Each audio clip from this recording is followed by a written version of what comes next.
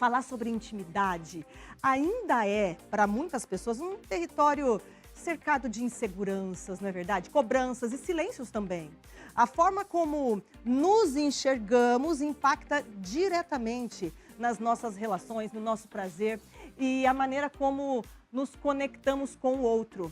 Agora, quando a autoestima não está bem, a intimidade também pode ser afetada, tá? E para entender essa relação é um passo importante, tá? Você tem que entender essa relação para viver vínculos mais leves, vínculos mais verdadeiros. Hoje a gente vai conversar sobre como fortalecer essa conexão consigo mesma para transformar também a forma de se relacionar. E quem vai ajudar a gente nessa missão é a sexóloga Pamela Vaz. Boa tarde, Pam. Boa tarde, Fernanda. Tudo bem? Tudo certo, é um prazer estar aqui novamente. Prazer é meu, prazer te receber, prazer te conhecer. Já tô íntima chamando de Pam. Tá ótimo. Que aqui a gente tá em casa. Adoro.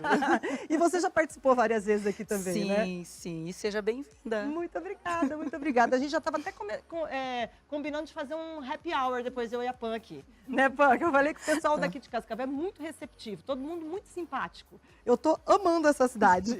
Muita coisa boa, muito lugar lindo para conhecer aqui. Menina, você tem que ver o que eu fiz no lago ontem. Assiste o programa amanhã, viu, Pam? Vou assistir. Mas vamos falar aí da nossa autoestima, que é totalmente ligada à nossa intimidade, né? Se a autoestima não tá bom, as coisas vão meio desandando, né? Ela influencia demais a forma como a pessoa lida, né? Com a sexualidade dela, enfim, com a intimidade dela, né? Sim, sim. Eu quero falar aqui, Fernanda, primeiro sobre a intimidade. Tá. Muitas pessoas interpretam intimidade como somente aquele momento a dois, sabe? A hora do vucu-vucu. O tuck. Isso, né? E intimidade não é só isso, né? Intimidade é o quanto eu me sinto à vontade com a outra pessoa, o quanto eu me sinto livre, o quanto eu me sinto na liberdade para falar sobre qualquer coisa, para expressar qualquer coisa e ser quem eu sou. Então, intimidade é isso, e não somente momento a dois. E falar de autoestima, com a ligação com a nossa intimidade, ela está totalmente relacionada. Porque se eu não estou bem, se eu não me sinto bem, se eu não me vejo bonita, se eu não me sinto bonita, se eu não gosto do que eu vejo no espelho, se eu estou sempre me criticando, me comparando, é claro que num momento íntimo, tanto comigo mesma, sozinha, quanto com outra pessoa, eu vou estar mal, eu vou estar me sentindo mal, eu não vou conseguir me entregar 100%, eu não consigo aproveitar aquele momento na sua totalidade. Então, cuidar da nossa autoestima é muito importante, porque isso vai te trazer benefícios para a intimidade, a sós e também com outra pessoa. E de que forma a gente pode perceber esses sinais, né? Quais são os sinais de que a falta de autoestima está afetando realmente a nossa vida sexual, por exemplo? Por exemplo, uma mulher, que eu vou falar da mulher porque a mulher é que sofre mais com a questão da autoestima. Num momento a dois, numa relação, né, a dois, essa mulher ela começa a se incomodar, principalmente com luz acesa, com a claridade. Ela começa a querer se esconder. Muitas mulheres, muitas mesmo, elas só têm relação com o parceiro, com um lençol ou com uma coberta e com a luz totalmente apagada. Isso acontece mais com mulheres? Homem Sim. parece que não tem muito isso, né? Não. Tá barrigudinho, a barriguinha de cerveja, o homem tá nem aí, a Luizona, você não tá nem aí, né? Exatamente. A gente tem que ser assim também, mulherada. Para!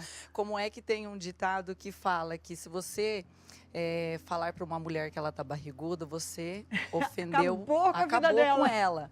Agora, se você falar para um homem que ele tá barrigudo, para ele não tem problema. Mas se você falar de outra parte do corpo dele, aí já é uma ofensa. É verdade.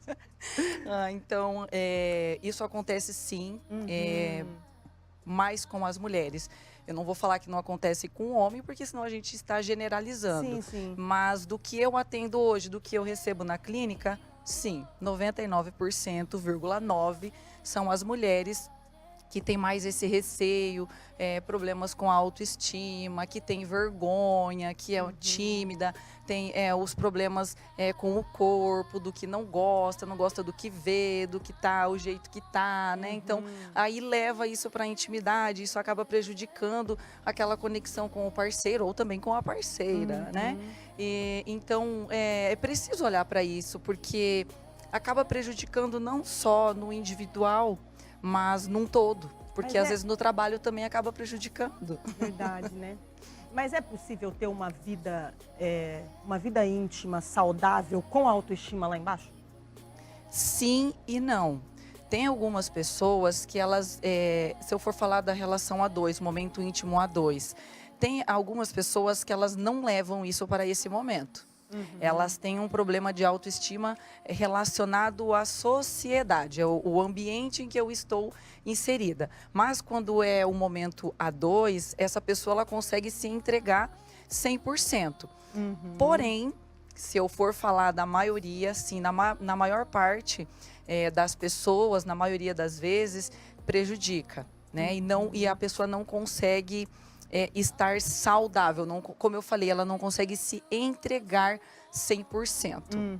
E tem toda essa questão de padrão estético, né? Porque a mulher bonita tem que ser magra. Aí a que não tá magra já tá indo pro monjaro para ficar magra, para se sentir bonita. Tem toda essa questão também que influencia demais, né? Nas nossas vidas aí. Muito, Fernanda, muito. E você falou algo bem sério e bem importante, também bem delicado. E foi como eu falei antes, a comparação. Comparação não pode existir. A comparação, ela só traz algo ruim e negativo, tanto para mim quanto para a minha relação. Padrões não devem ser seguidos. E é o que eu falo para as minhas pacientes dentro do meu consultório. Não está contente com o seu corpo, com algo que você está se incomodando, uma gordurinha, isso aqui, aquilo lá. Procure, faça algo que vai fazer você se sentir bem. Mas ficar se comparando com outras pessoas, isso é péssimo. Porque... Sem contar que na internet tem um monte de filtro, a mulher posta foto lá, aquele corpo perfeito, vai ver pessoalmente, não é nada daquilo, né? Aí tem aquela parte de ângulo é tudo. Por isso que a gente não deve se comparar. A comparação para autoestima, gente, é péssimo, é péssimo. Então, é algo que a gente está fazendo só algo negativo para nós mesmos. E a gente não deve fazer isso, até porque o meu corpo, a minha genética é diferente da sua. Então, aquilo que dá certo para você não dá para mim, o que dá certo para mim não dá para você.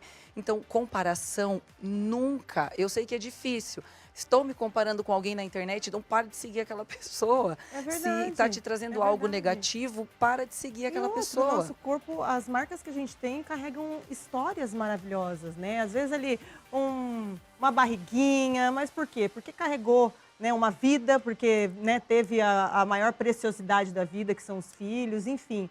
Ai, gente, e a gente vai chegando, vai amadurecendo, não é verdade, Pan? A gente deixa de ligar para essas coisas, né? Ah, com certeza. Quando eu era mais jovem, eu ligava um pouco. Agora, minha filha, você tá uma gordurinha para fora, parecendo tá tudo certo, uma pochetinha. Que bom que a gente amadurece. Não é? E que bom que a gente faz também terapia, pra gente se conhecer mais, que aí vem a parte do autoconhecimento, que a gente vai entendendo que a comparação é terrível.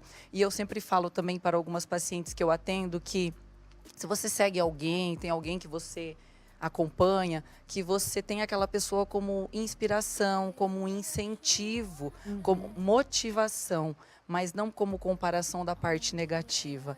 Mas aqui, né, o nosso autoconhecimento, a nossa maturidade emocional, ela é o que nos leva para o caminho negativo ou para o positivo. É verdade. Ai, adorei nosso bate-papo, Pan. Eu também, digo Volta mesmo. Volta mais vezes, Pode tá? deixar. Obrigada, viu? Eu que agradeço, Fernanda. Obrigadão.